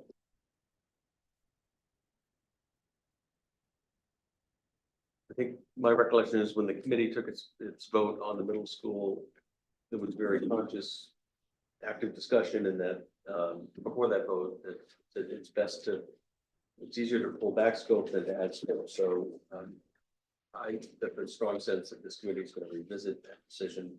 Maybe they'll stay with it, maybe they'll modify it. Yeah, if we decide to split the ballot or recommend that we split the ballot, that is what it is. My concern though with not doing the middle school is the problem's not gonna go away and the cost isn't gonna go down over time. And so, you know, anything that, if we just keep kicking this down the curve as a community, it's just gonna get more expensive and harder to solve. Yeah, but the risk is failing. The risk, or, right, Referendum. you're right. Yeah. Yeah, that's the trade-off, so. To your point, I think, like, again, communication on this is huge, right? So if we were to bring the failed referendum up to today, right, you just add 4% to escalation each year. That comes at 172.8 million. We were talking about that today. It's interesting to note that what we're proposing as of right now is 132 million. And it checks the box on these two other issues. The other one didn't do anything. The referendum did address, right, it had a middle school and a Wentworth component to it. Was it to the whole, like the extent of that we're doing? I don't know that it did the cafeteria the way that we've got it now, but. That's a great question. How did we save 30 million? Let's Good. try next The year. cost was extensive. There was a lot of cost included in off-site improvements to Sawyer Road and other parts of the community. So those all get wrapped into the cost of the project. And there were additional reasons besides just costs that failed. Right, so one was the land deal, one was the loss of the neighborhood school, so it isn't, you know, a binary choice between last time, this time. It's a completely different proposal and for significantly less cost. Leroy? The other thing, Diane, like, is this 1 year or 2 years where we're going to these lunches with kids in the middle school? Going to sixth next year. Into the unforeseeable future. Yeah. That So that's starts another next, thing we need that to starts look next at. school year. Yeah. Cause I mean, you're gonna be split and we went and met with, Elizabeth and I went and met with the middle school principal and vice principal. And one of the things they were telling us, they were showing us the lunches, what they are now, and they were showing us what they're gonna be. And you got kids in one group taking class here, going to lunch, coming back, taking class again. And then you've got lunches on both sides and it was really inconducive to learning. I mean, it was a tough thing. For what it's worth, my middle schooler loves when he gets to eat out in the lobby. That's the place to eat. They don't actually, they prefer to be there. Positive, right? Right? So, you know, it's all about branding. The lunch lounge. Yeah. I was asking him after this, I was asking him about what is lunch Branding like? is And he's like, everything. oh, it's fun out there.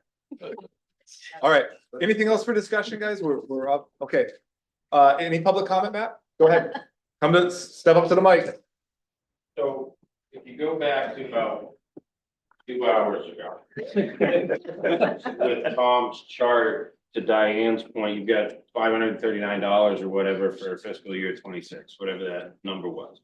I think if you went at 529 there, and then your next number would be +7, +20, -10, whatever, that's a much more palatable chart to digest. Because I first looked, I'm going, holy Hannah, that's like $30,000 over the next 10 years. Yeah. And it's not, it's like 900.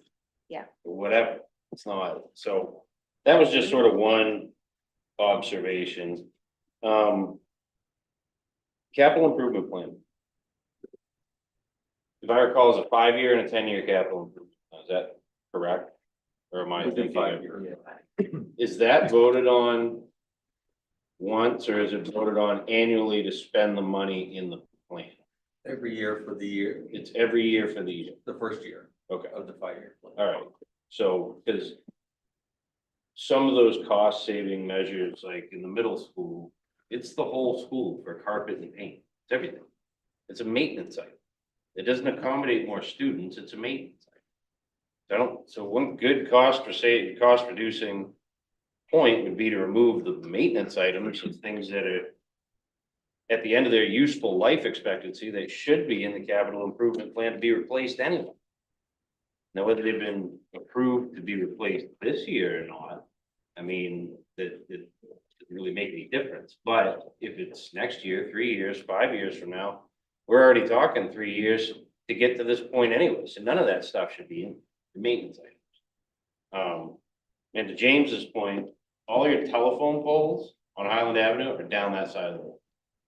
So it's not just paving another lane, like you've got room on Pine Point Road, kind of, but you got telephone poles, you got probably a 10-foot fill in that guy's front yard on the corner of Marcia Street.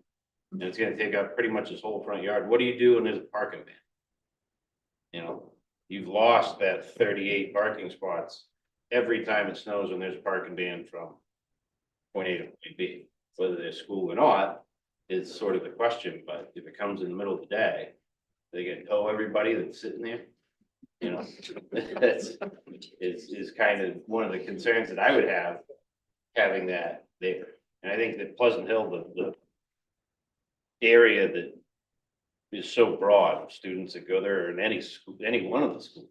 That, to make it walkable only services anybody within 2 or 3 blocks. It doesn't service me a mile and a half away. You know, so I have a hard enough time getting my kid to go up the stairs to take a shower at night, let alone walk all the way to school.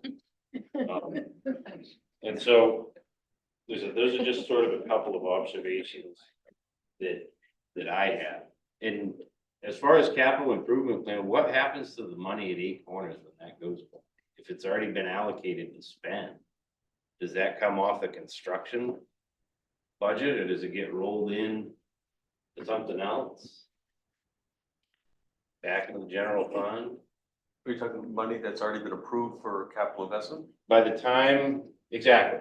So by the time, depending on when the fiscal year and the school year starts, there's gonna be an overlap. So you either need to spend all the money for 8 Corners that's been approved, or it needs to go back into the construction project or something else for the new 8. It rolls to the next year. It rolls to the next year.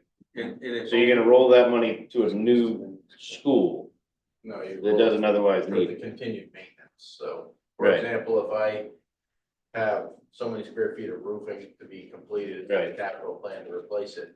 If the contractor just can't get it all done in that one window of summer, then we chunk it out and we save some, and say, okay, you're doing it next year. Right, but the existing 8 Corners will be closed.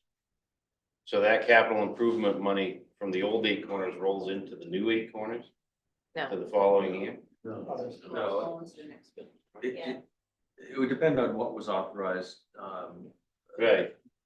I was just kind of curious how it works, because you could end up with a, If Pretty the good. purpose no longer exists, we would rescind the authority, so it doesn't exist. More often than not, when I see the sort of improvements we're talking about, they're usually district-wide. At Yeah. least the authorization I see in the council provides is not school-specific or kind of these bigger things, district-wide flooring or roofing. So I think Todd and his team have some level of flexibility to use those funds. And frankly, with the knowledge that 8 Corners will be no more, I would be terribly disappointed if we spent a dime more. well, and that's We have to. the point of this question. If there's funds allocated to 8 Corners that won't be spent, where do they go? You know, so. But anyway, that is all. Where were you when you were putting this together, Matt? Huh? Where were you when you were putting this kit made together? Is there any online Watch comments? TV instead of watching this. Like, I'm halfway Can through you season 2, I can't quit now. Oh, it's over Expect there. to see you. Thank in you. September. Any comments from online attendees? Nope. Okay. In that case, motion to adjourn. Second. All in favor?